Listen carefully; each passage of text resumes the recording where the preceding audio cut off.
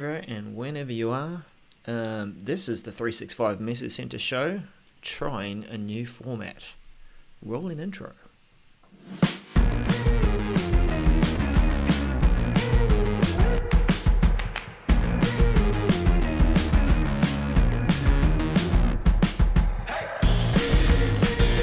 New format.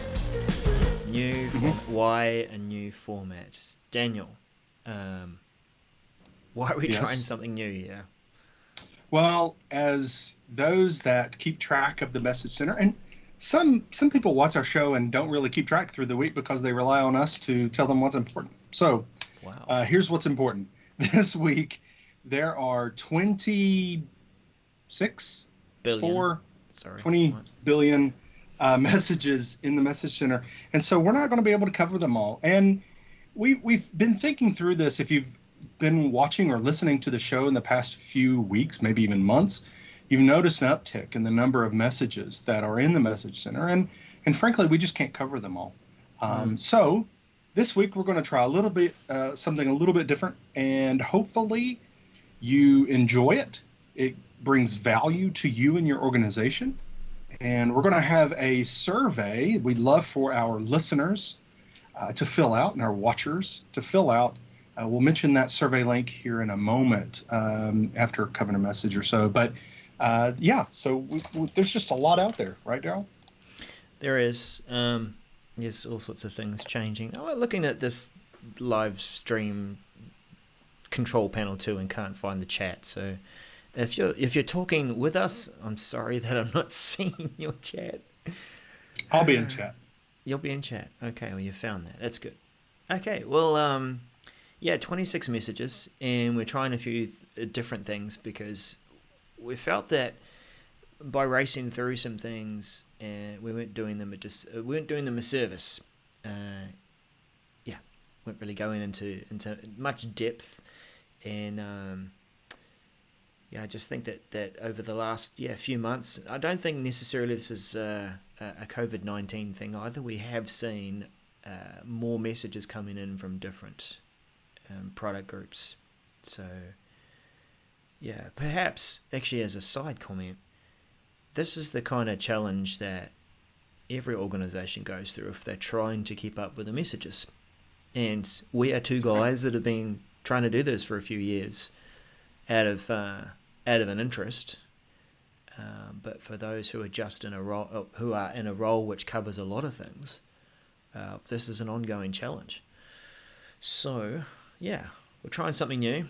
Like Dan said, we'll take a look at the survey a bit later. But let's take a look at the messages. First of all, this is what I've done to try and cover things. So just sharing with you that there are more messages than this week. But what I've done is I've selected them all, archived them, and then only restored the messages that we plan to cover. Because can you imagine me kind of hunting and pecking through all of these 26 messages this week? It would take a while, Darrell. It would, especially this time of the morning for me, 6 a.m. So let's open this one up first off and get back to that format.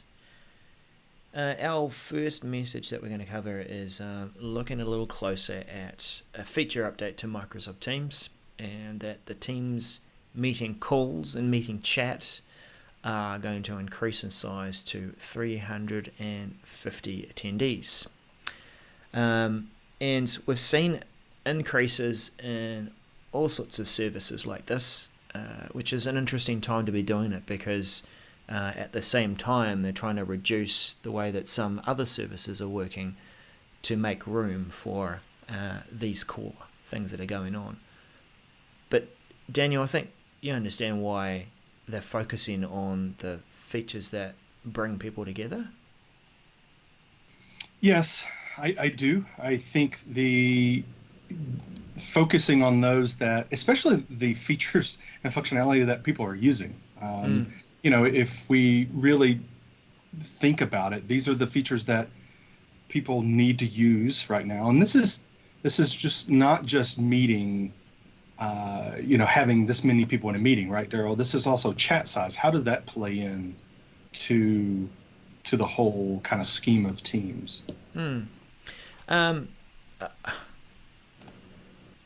the natural progression for a few people that might be in chat. We've got group chats, and they could elevate to a call, because you might be chatting away and, hey, let's talk about this, let's get it on screen, and you start that call. And that's always interesting when the group is large, because as soon as you hit that call button, everyone gets that little pop-up saying, hey, there's a phone call coming through.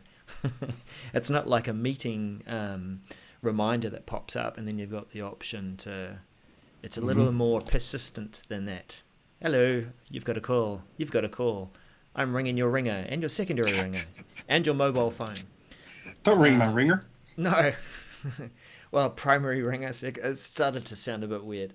But the 350 limit, I think that the chat aspect of this is more about enabling people to chat within a larger meeting format. And this is really talking about the traditional meeting format where everything's in real time. We can share screens. We've got two roles now where you've got attendees and presenters. But this has become more important during these times when we're all depending on it, because the live event format is great for getting information across in a big way, in a more produced kind of format. But we still need these large group real-time opportunities to jump in, raise the hand, ask a question, do more than just Q&A that might be 20 to 30 seconds behind. Right. So yeah, and this is that chat does bring that, because some people, and I have done this in the past, focus on why would I want to, and I've said it on the show, why would I want to have a chat with that many people? But this does tie into that, to the calls, to the meetings, where you want to have everyone in chat, at least, especially if you're going to have that many people in a meeting, you don't want that many people speaking. And so having the chat available so that people can carry on or bring up questions as you go is very important.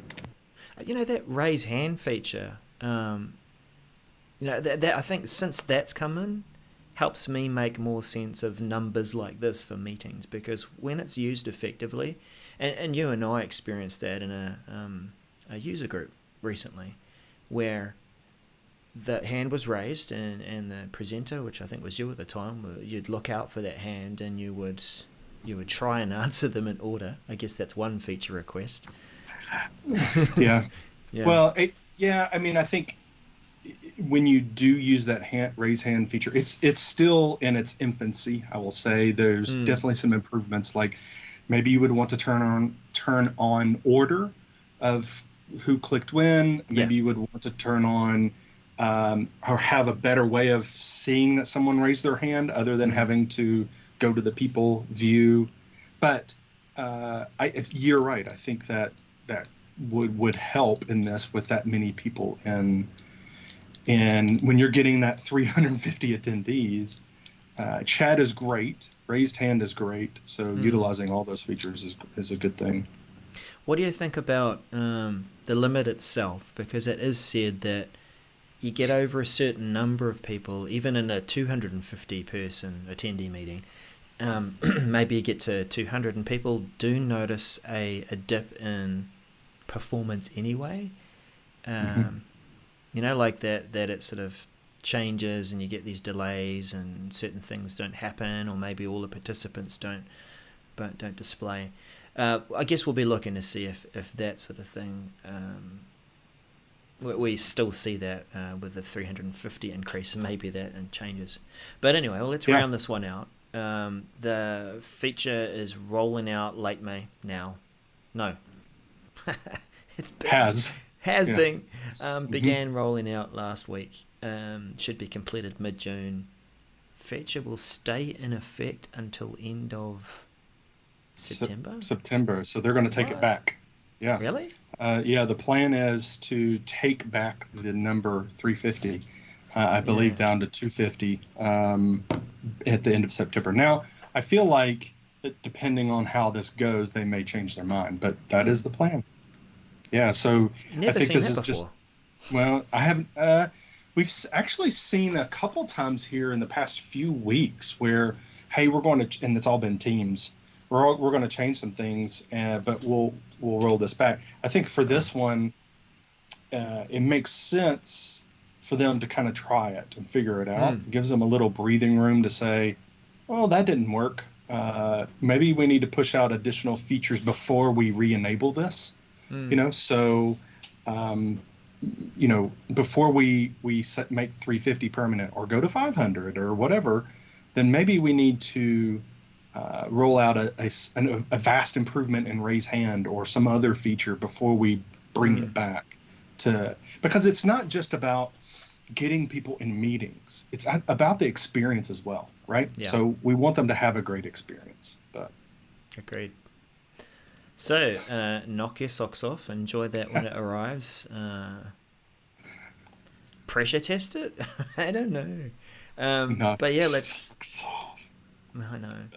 No, I'm going to jump a little bit around here because Okay. Daniel and I have alternated between what we're covering, and it just so happens in this order it's another update from me. But let's cover off this next one, which is the Microsoft Stream one. Take it away, Daniel. Yeah, sure. This is Microsoft Stream Cloud Recordings Regional Storage Control. That's a great title. MC214327. Oh yeah, So, we're supposed to read out the ID. Sorry about that. yeah, your ID was what? I don't have it in front of me. We Don't can worry, get keep back. going. So, as you may know, when recording a meeting in Teams, the actual content is processed and stored in Microsoft Stream. Separate service, still part of the cloud. There are some countries that do not have Microsoft Stream as part of their data center, right? So you can, to find out if you do have it in your data center, you can go to, there's a link in the message itself toward the bottom of this message that takes you to a page where you can just select your country and then see what services are in your country. All right, so that'll let you know whether or not you have that you have Stream. And so the title of this document, if you are not looking for the Message Center right now, is where your customer data is stored. If you search that, it comes up in the docs.microsoft content, and you'll see that. So basically, you can go in there and find your country, expand it underneath your country name, and see where your data is kept. Right now, Microsoft Stream, if Microsoft Stream is not in your country, then the feature is actually turned off in Microsoft Teams to record meetings. It's disabled. But by the end of 2020, Stream should be available, in addition to where it is now, available in Norway, France, Singapore, United Arab Emirates, China, South Africa, Germany, Switzerland, Sweden. That's by the end of this year. So what they're doing with this announcement, with this changes, with this rollout, end of June, completed by mid-July, is if you turn on this feature, then the recording, you will be able to record then in Teams, and it'll be stored in Stream, but the Stream instance data center will be in the nearest region to you. It won't, of course, won't be in your region because in your country, because you don't have it yet. So when your country does eventually get Stream storage, then new recordings will be automatically there in that new Stream storage in your country. So that's the way it normally works. It stores your Stream content in the same country if it has Stream in the data center. I think if you have compliance or data residency concerns, there's a big hole here, though, with this announcement, because when you enable this, your content's over, let's say you're in New Zealand. Well, it's good that you brought that up, and I forgot about this weeks Okay. ago. I should have said, we're getting our own data centers soon.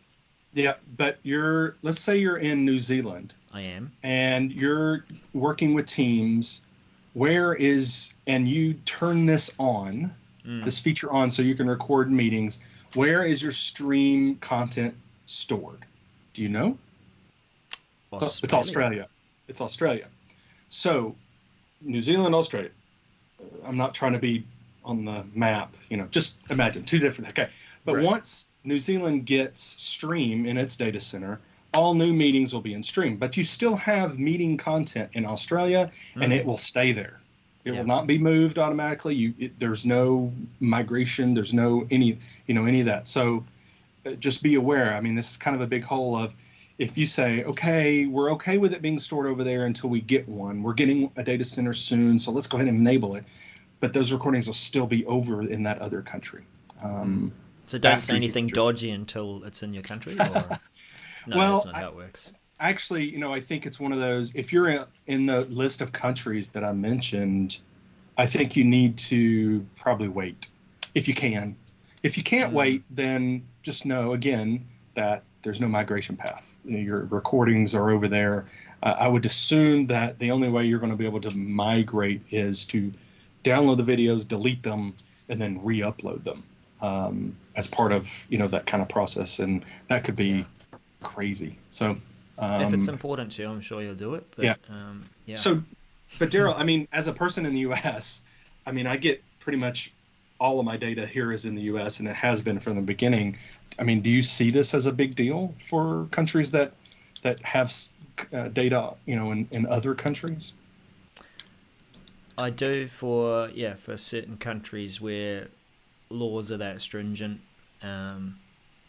They've got different data residency laws, and it even prevents them in some cases from doing things like live events. I remember reading one of our connections in the community saying that he probably shouldn't have access to live events because of his laws, but he does. And it is important for some countries. When does this sort of stuff take effect? Yeah, so this is rollout of June, end of June, and will be completed mid-July for everyone is when we'll be able to enable this. All right. So maybe we should take a pause here. And Sure. let you know, we mentioned earlier, Darrell, right, that we have a poll. We would like for our listeners and viewers only at this point to give us some input in how we run these how we run the show. We just want to hear from you, hear your voice to understand what you would like. So I'm going to drop this in the chat, but messagecenter.show, which is our URL, messagecenter.show/June poll, June being the month it is now, June poll, P-O-L-L. We'd love for you, and it's just a few questions. It's not a huge amount of questions or anything, but we'd really love for you to give us some input in how, what we do here as far as the show and how we're covering things. So we want to hear your voice. June poll, please fill that out and give us a little bit of feedback. We'd love to hear from you. Again, this is just for our listeners right now. We just want to hear how you want us to, what your thoughts are on the show. All right. Thanks for highlighting it, Daniel. I should organize having text over the top of us to help people see that in the recordings and things later on, but never mind. We got there. Looks good too, by the way. Forms Pro right in there in action. That's right. Let's go back to my second announcement, which is about Outlook on the web and an in-product notification for a full inbox, MC214532. And my first reaction to this was, full inbox? What are you putting in there? I know it depends on which plan you're on, but you've got 50 gigs or 100 gigs. Well, it's a lot of people sending lots of attachments, right, Darrell, instead of links to their content. Yeah, what's a modern attachment? Well, I mean, there's the F plans, which still limit it at 2 gig. But yeah, this is the thing that we have experience with Exchange on-prem, particularly with managed storage and reducing the mailbox size to a manageable size. There's different reasons for limiting mailboxes. If your plan is limited to 2 gigs, that's because you're a first line worker. You've been given limited services, so we understand that. But some organizations still limit the mailbox size of an E1 or an E3 or E5 license. And one of the reasons they give for this is to try and reduce the amount of information that might need to come down to a machine if you have to roam or go. And I know there's different mechanisms for that. But the on-premise feature that we've been used to seeing, where we approach the maximum size of our mailbox and we get to about 90% or so, we get that notification to say, hey, you're approaching this, please do something about it. I'm sure this is the actual wording, I'm not paraphrasing here. Please do something about it. And I would say, pretty in please? the same case, yeah, pretty please, and in the same voice. Sure, this is Exchange Online, but Microsoft maybe consider rewriting this to say, please do something about it now. Because when you get the notification, it is you're going to see it at the bottom of your folder list, and it's like here it says 94.6% full, quite specific, not just 90% or 92, but it's down to the point. And there's a link there that allows you to fix this using your storage settings. Now, if you do hit this limit, make the time to do something about it now, because just like with on-prem, it's going to prevent you from sending or receiving if you don't do anything about it once it hits 100%. Now, if you've got to 90% and you haven't done anything about managing your storage, you're probably the kind of person like I am, and you kind of don't care. It's just email, so you go through a massive cleansing. But that feature, expect that to roll out mid-June to production tenants, be complete by end of June, and then they'll roll it out to the remainder of tenants early July, and be complete by end of July. And that's that message. What's your next one, Dan? I will say there's people in the chat saying, yes, there are people who have very large inboxes in their organization, so it is a thing. Yeah. So let's talk about my next message. My next message is, let's go with that one. Click it. Microsoft 365 apps on Windows 8 and Windows Server 2012. This is MC214691. And Windows 8, how many have been on Windows 8? I'll wait for you to raise your hand. Windows 8 had end of support in 2016. It seems, wow, that's I'm surprised by that date. And Server 2012 in January of this year, 2020. Both operating systems are still being used today. I know they are. And this message is to let people know that newer technology, surprise, surprise, will not work as expected. Specifically, here is Microsoft 365 apps. Now, what are Microsoft 365 apps? Right, Darrell? I go, what does that mean? As noted in a message that's later, MC214684 this week, Office 365 Pro Plus is being renamed as Microsoft 365 apps. So that was an announcement that was made a while ago, a few weeks back, but we're in the message center here with the information. If you want to go get confused with new namings and what they mean, then go read that message, because it's I'm confused by that new. Isn't it just a find and replace? No, it's not actually. So I have several clients who are in the midst of upgrades from Windows 7. So I know there are organizations out there with older operating systems. So if you are using Windows 8, then definitely you need to look to upgrade to Windows 8.1. But I would say go ahead and go to Windows 10, because soon enough you're going to be in the same situation with 8.1. If you are using Windows 2012 Server and you have Microsoft 365 apps installed on it, I'm going to look at you like, why? Why are you doing this, running on Office applications on a server OS, but I know there's outliers out there, but okay. You need to go ahead and upgrade to Server 2019. So this is specifically after Microsoft 365 apps version 2005. And I say it that way. You will read it as 2005 or 2005, but it's the way the versioning works with this is 20, the year 2020, 05, which is May, the month of May. So pretty much the latest update, and then in the future to the Microsoft 365 apps will not work as you think they will on those OSs. So go ahead and upgrade now. Upgrade. So that's pretty much it. That's it. Okay. The next one on my list, jumping around here in the list,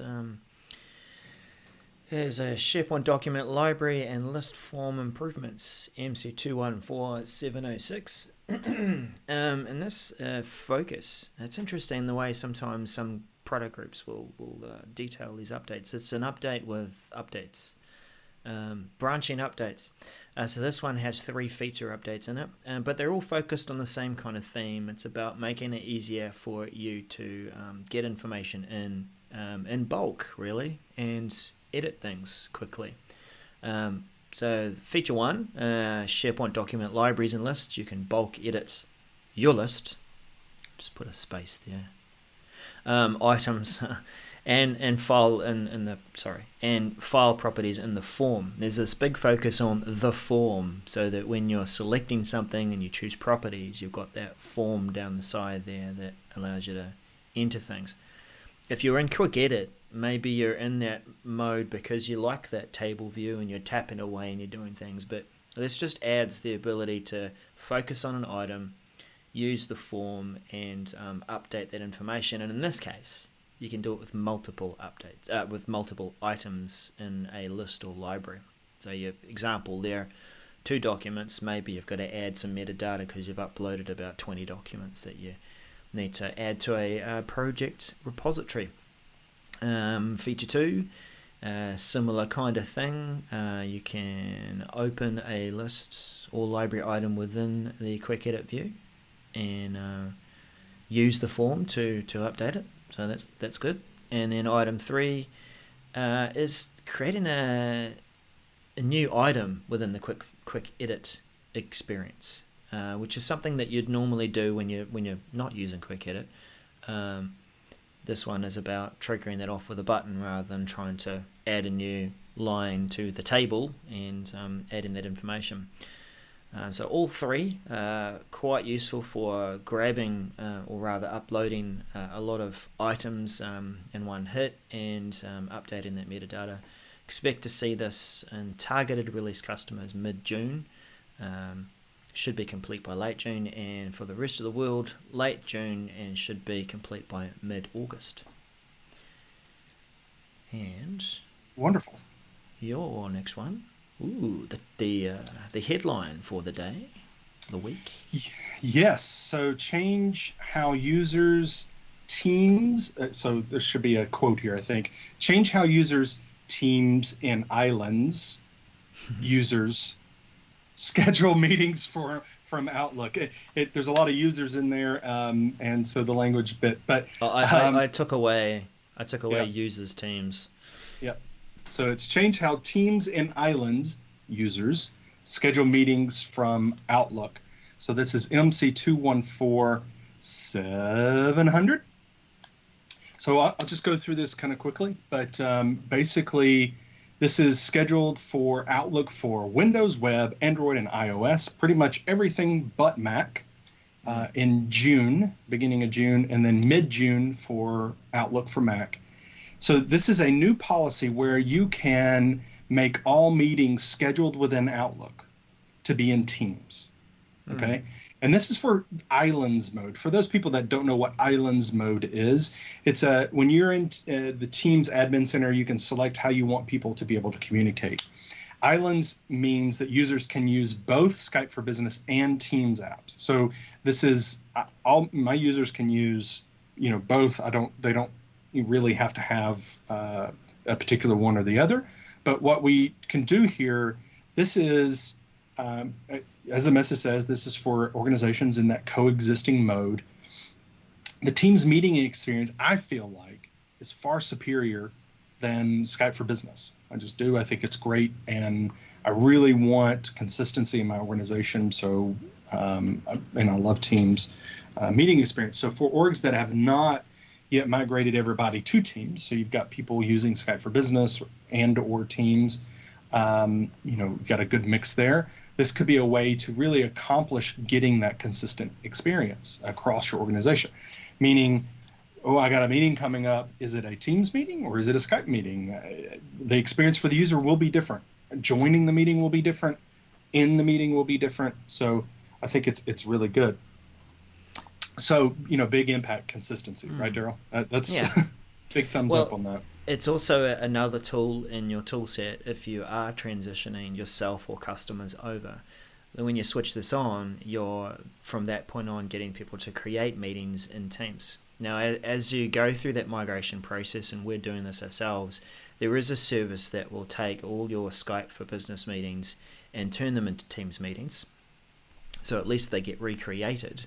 But the downside is that everyone gets a new email sent out to them with this new invite. That's right. Which, so if you've got a bunch of them, right, you're getting 30 invites all at once. Yeah. So if you can start to taper that off by a few months out, getting people to start creating all their meetings in Teams, then you're reducing that workload as you go to cut over.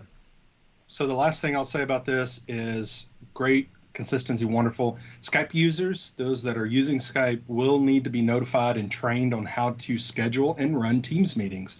I've seen some users find Teams very intuitive of how to run things, and I've seen people really struggle with how to schedule a meeting, but most part really struggle with how to run the meeting, how to interact with people. Yes, the video comes up and you can start talking fine, but then what the other aspects of running a meeting? Point.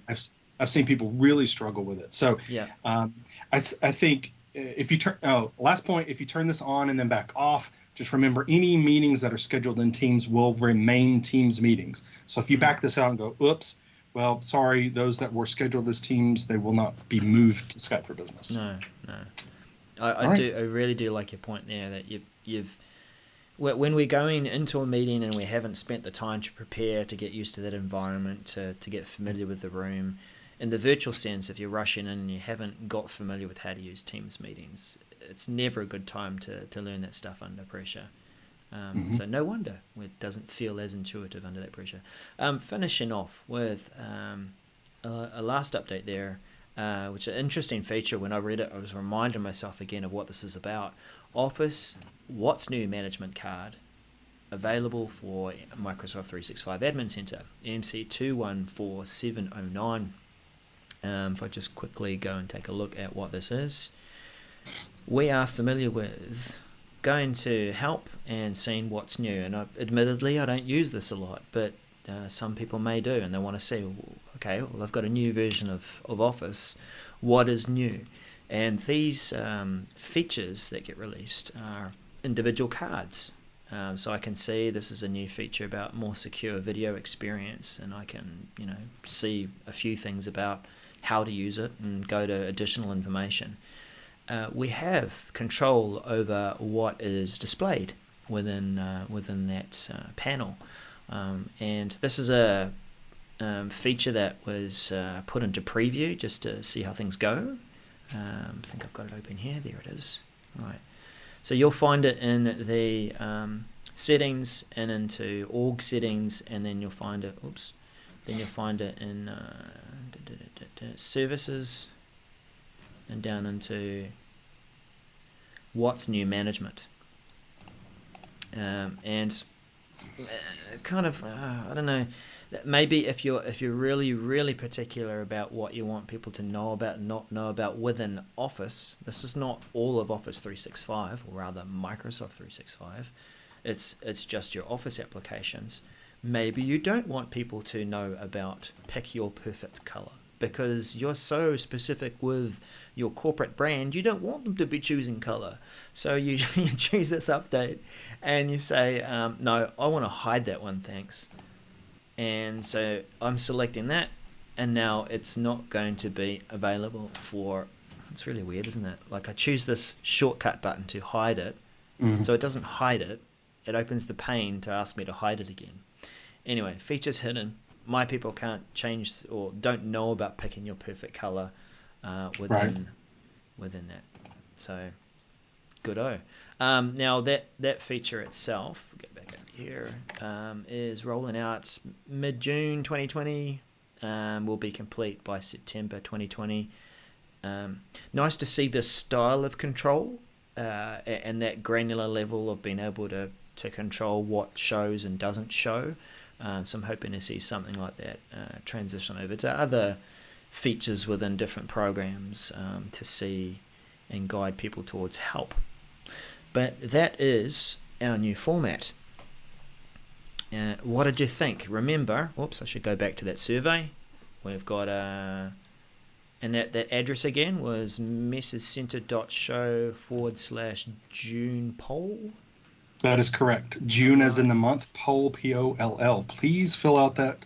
We'd love to hear your feedback. This is for listeners only and watchers, I guess, for those on YouTube. So messagecenter.show/June poll. And there's only a few required fields in there. But it is one of those branching surveys, I hear. Yeah. So it's, and I actually just updated it. There was some... Maybe I'll cover this as a separate video of some issues I have with Forms Pro. But yes, it does have some branching. Brilliant. Okay. Well, even though we only covered 6 updates, we still managed to go over time. So you might have an opinion about what's an appropriate length for the show that you would watch or listen. But imagine if we tried all 26. We would have turned your head, and I would have probably gone back to bed. Nice. From all the stress. Yes. Anyway, thanks again for this week. Let us know what you think. See you again next time. Bye for now. Bye-bye.